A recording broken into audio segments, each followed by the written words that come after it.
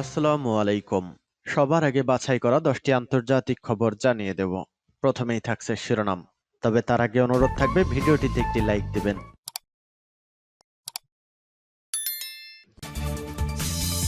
দখলদারিত্বের বিরুদ্ধে যে অবস্থান নিল তুরস্ক ও আরব দেশগুলো। এরপর জানিয়ে দেব 40 জিম্মির বিনিময়ে 40 দিনের যুদ্ধবিরতির প্রস্তাব খতিয়ে দেখছে হামাস। এরপর জানিয়ে দেব 400 ফিলিস্তিনিকে মুক্তি দেবে ইসরায়েল। এরপর জানিয়ে দেব রমজানে গাজায় হামলা বন্ধে রাজি ইসরায়েল, বলছে বাইডেন। এরপর জানিয়ে দেব মিয়ানমারের সরকার গঠন করতে যাচ্ছে বিদ্রোহীরা। এবং সর্বশেষ জানিয়ে দেব লেবাননে ইসরায়েলের হামলা, নিহত হিজবুল্লাহর এক কমান্ডার। শুনছিলেন সংবাদ শিরোনাম, এখন বিস্তারিত। ইসরায়েলি দখলদারিত্বের বিরুদ্ধে যে অবস্থান নিল তুরস্ক আরব দেশগুলো। আন্তর্জাতিক আদালতের কাছে ইসরায়েলি দখলদারিত্বকে অবৈধ ঘোষণা করার আহ্বান জানিয়েছে তুরস্ক ও আরব রাষ্ট্রগুলো। একই সঙ্গে এই দখলদারিত্বকে শান্তি প্রতিষ্ঠায় প্রধান বাধা বলেও আখ্যায়িত করেছে তুরস্ক। গাজায় ইসরায়েলের 57 বছরের দখলদারিত্ব নিয়ে 6 দিনের শুনানি শেষ করেছে আন্তর্জাতিক আদালত। 19 ফেব্রুয়ারি নেদারল্যান্ডসের দ্য হেগে এ শুনানি শুরু হয়। 15 বিচারপতি, 51 দেশ এবং 3টি আন্তর্জাতিক সংস্থার যুক্তি উপস্থাপনের মাধ্যমে অবশেষে সোমবার এ শুনানি শেষ হয়। সোমবার রয়টার্সের প্রতিবেদনে জানানো হয়েছে, আরব রাষ্ট্রগুলো সোমবার আন্তর্জাতিক বিচারকদের কাছে ফিলিস্তিনি ভূখণ্ডে ইসরায়েলের দখলদারিত্বকে অবৈধ ঘোষণা করার আহ্বান জানিয়েছে। একই সঙ্গে শুনানির শেষ দিনে এটিকে শান্তি প্রতিষ্ঠায় প্রধান বাধা বলেও আখ্যায়িত করে তুরস্ক। শুনানির শেষ দিনে তুরস্ক, স্পেন, আফ্রিকান ইউনিয়ন এবং অর্গানাইজেশন অফ ইসলামিক কোঅপারেশনের প্রতিনিধিরা ইসরায়েলের বিরুদ্ধে যুক্তি উপস্থাপন করেছেন। শুনানির শেষ দিনে তুরস্কের উপপররাষ্ট্রমন্ত্রী আহমেদ ইলদিজ বিচারকদের বলেন, ইসরায়েলের দখলদারিত্ব এই অঞ্চলের সংঘাতের মূল কারণ। এছাড়া গত বছরের 7 অক্টোবর ইসরায়েলি হামাসের হামলা এবং এর জেরে প্রায় 5 মাস ধরে নিরলস ইসরায়েলি আগ্রাসন ও 29,000-এরও বেশি ফিলিস্তিনির প্রাণহানি নিয়ে বক্তব্য রাখেন ইলদিজ। তিনি বলেন, 7 অক্টোবরের পর উদ্ভূত পরিস্থিতি আবারও প্রমাণ করে ইসরায়েল ফিলিস্তিনি সংঘাতের মূল সমস্যাকে সমাধান না করে এই অঞ্চলে শান্তি থাকতে পারে না। তিনি ফিলিস্তিনি ভূখণ্ড দখল করে রাখাকে শান্তির পথ প্রকৃত বাধা বলে বর্ণনা করেন। একই সঙ্গে এটিকে অবৈধ ঘোষণা করার জন্য আন্তর্জাতিক আদালতের বিচারকদের প্রতি আহ্বান জানান তুরস্কের এই উপপররাষ্ট্রমন্ত্রী। আরব লীগের সেক্রেটারি জেনারেল আহমেদ আবুলগিতি ফিলিস্তিনি ভূখণ্ডে ইসরায়েলের এই দখলদারিত্বকে আন্তর্জাতিক ন্যায় বিচারের অবমাননা হিসেবে বর্ণনা করেছেন। রয়টার্স বলছে, শুনানির সময় আন্তর্জাতিক আদালতে বক্তব্য রাখা বেশিরভাগ দেশই বিচারকদের কাছে ইসরায়েলের এই দখলদারিত্বকে অবৈধ ঘোষণা করতে আহ্বান জানায়। তবে সোমবার ছোট দ্বীপরাষ্ট্র ফিজি সহ মুষ্টিমেয় কয়েকটি দেশ যুক্তি দিয়ে বলেছে, আইসিজেকে কোনো পরামর্শমূলক মতামত দিতে অস্বীকার করা উচিত। 40 বিনিময়ে 40 দিনের যুদ্ধবিরতির প্রস্তাব খতিয়ে দেখছে হামাস। দীর্ঘদিন ধরে ফিলিস্তিনের গাজা উপত্যকায় বর্বর আগ্রাসন চালাচ্ছে ইহুদিবাদী ইসরায়েল। গত বছরের 7 অক্টোবর থেকে শুরু হয় এই যুদ্ধে রিপোর্ট লেখা পর্যন্ত 29,782 ফিলিস্তিনি নিহত হয়েছে। এর অধিকাংশই নারী ও শিশু। আহত হয়েছে আরও 70,000-এর বেশি ফিলিস্তিনি। এছাড়াও ইসরায়েলি হামলায় ওই উপত্যকায় ধ্বংস হয়ে গেছে বহু বাড়িঘর, মসজিদ, মাদ্রাসা, স্কুল সহ বিভিন্ন স্থাপনা। ইসরায়েলি হামলায় কার্যত ধ্বংসস্তূপে পরিণত হয়েছে গোটা উপত্যকা। এবার যুদ্ধে সাময়িক বিরতির জন্য গাজার নিয়ন্ত্রণকারী গোষ্ঠী হামাসকে প্রস্তাব দিয়েছে মধ্যস্থতাকারী 2 দেশ কাতার ও মিশর। প্রস্তাবে 40 জিম্মির বিনিময়ে 40 দিন যুদ্ধবিরতির একটি খসড়া প্রস্তাব দেওয়া হয়েছে। প্রস্তাবটি হামাসের নেতারা পর্যালোচনা করছেন বলে জানা গেছে। প্রস্তাবিত এই খসড়ায় 40 দিনের যুদ্ধবিরতির পাশাপাশি গাজার হাসপাতাল, রুটি, বিস্কুট, কেক তৈরির কারখানাগুলোর পুনর্গঠন ও নির্মাণ, প্রতিদিন উপত্যকায় ত্রাণবাহী 500টি ট্রাকের প্রবেশ এবং গৃহহীন ফিলিস্তিনিদের জন্য কয়েক হাজার তাঁবু পাঠানোর মতো বিষয়গুলো অন্তর্ভুক্ত করা হয়েছে। এসবের পরিবর্তে নিজেদের কবজায় থাকা জিম্মিদের মধ্যে থেকে নারী, 19 বছরের কম বয়সী কিশোর কিশোরী, বয়স 50-এর বেশি এমন ব্যক্তিবর্গ এবং অসুস্থ এমন 40 জিম্মিকে মুক্তি দিতে হবে হামাসকে। গত সপ্তাহে ফ্রান্সের রাজধানী প্যারিসে বৈঠক করেছেন ইসরায়েল, কাতার, মিশর ও যুক্তরাষ্ট্রের কর্মকর্তারা। সেই বৈঠকেই খসড়া প্রস্তাবটি প্রস্তুত করা হয়েছে। সূত্র রয়টার্স।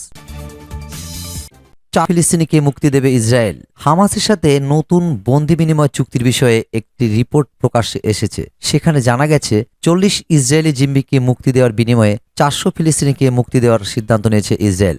এই আসন্ন চুক্তির আওতায় 6 সপ্তাহের যুদ্ধবিরতি হতে পারে। ফ্রান্সের রাজধানী প্যারিসে ইসরায়েল, যুক্তরাষ্ট্র, মিশর ও কাতারের প্রতিনিধিদের সাথে সম্প্রতি হওয়া আলোচনার পর এই সিদ্ধান্ত এসেছে। নাম প্রকাশে অনিচ্ছুক সূত্রের বরাতে জানা হয়েছে, ইসরায়েল 40 জিম্মির বিনিময়ে 400 ফিলিস্তিনিকে মুক্তি দিতে রাজি হয়েছে। এছাড়াও ইসরায়েল ক্রমান্বয়ে বাস্তুচ্যুত গাজার বাসিন্দাদের উত্তর গাজায় ফিরতে দেওয়ার বিষয়েও রাজি হয়েছে।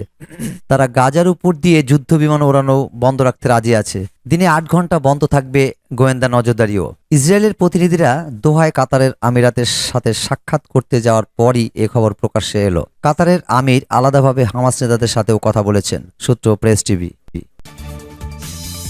রমজানে গাজায় হামলা বন্ধে রাজি ইসরায়েল, বাইডেন। পবিত্র রমজান মাসে ফিলিস্তিনের অবরুদ্ধ গাজা উপত্যকায় হামলা বন্ধ রাখতে ইসরায়েল রাজি হয়েছে বলে জানিয়েছেন যুক্তরাষ্ট্রের প্রেসিডেন্ট জো বাইডেন। মঙ্গলবার 27 ফেব্রুয়ারি মার্কিন সংবাদ মাধ্যম এনবিসির এক অনুষ্ঠানে এ তথ্য জানান তিনি, খবর রয়টার্স।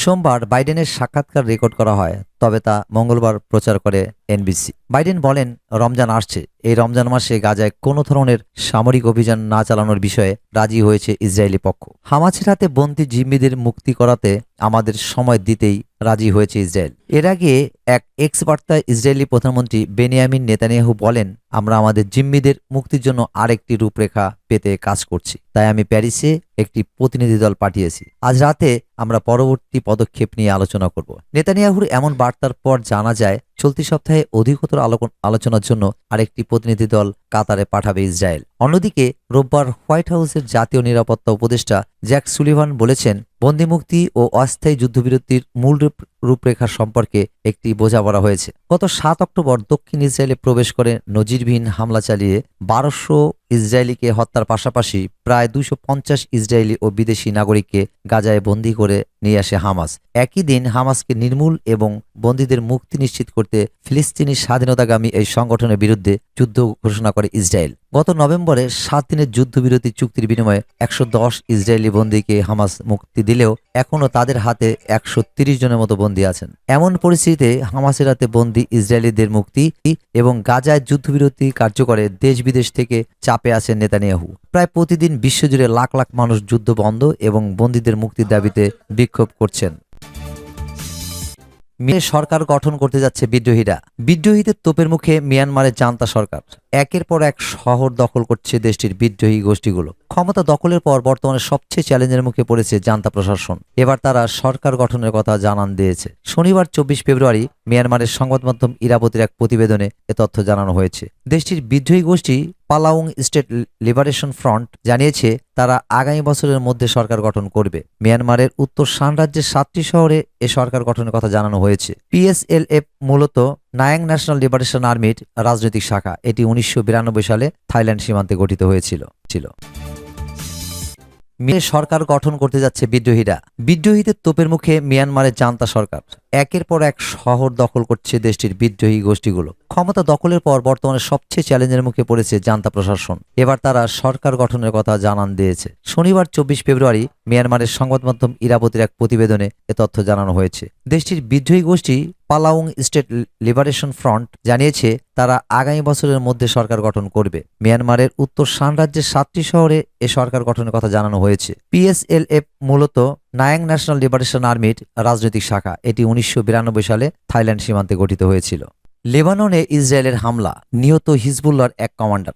লেবাননে ইসরায়েলের হামলায় হিজবুল্লাহর এক কমান্ডার সহ 3 সদস্য নিহত হয়েছে। সোমবার 27 ফেব্রুয়ারি এ দাবি করেছে দেশটির সামরিক বিভাগ IDF। এক প্রতিবেদনে ইসরায়েলের গণমাধ্যমে টাইমস অফ ইসরায়েলে তথ্য জানায়। প্রতিবেদনে বলা হয়, নিহত কমান্ডারের নাম হাসান হোসেইন সালামি। তিনি হিজবুল্লাহর নাসির ইউনিটের সদস্য ছিলেন। বেক্কা ভ্যালিতে হামলায় মৃত্যু হয় অপর 2 হিজবুল্লাহ সদস্যের। এদিকে লেবাননের দক্ষিণ গোষ্ঠীটির একাধিক ঘাঁটির হামলার শিকার হয়। এদিকে এই অভিযানের ভিডিও প্রকাশ করেছে IDF। বিমান হামলায় ধ্বংস হয় হিজবুল্লাহর একটি সামরিক যান। টার্গেট করা হয় রকেট লঞ্চিং সাইটও। IDF এর দাবি, গোলান মালভূমির দিকে রকেট ছোড়া হতো সেখান থেকে। তেল আবিবের একটি ড্রোন ভূপাতিত করেছে হিজবুল্লাহ যোদ্ধারা। এর আগে গত অক্টোবর থেকে ইসরায়েলের হামলায় 200 হিজবুল্লাহ যোদ্ধার মৃত্যু হয়েছে। প্রাণ হারিয়েছে 50 বেসামরিক। সংঘাতে ইসরায়েলের 12 সেনা ও 5 বেসামরিক নিহত হয়েছে।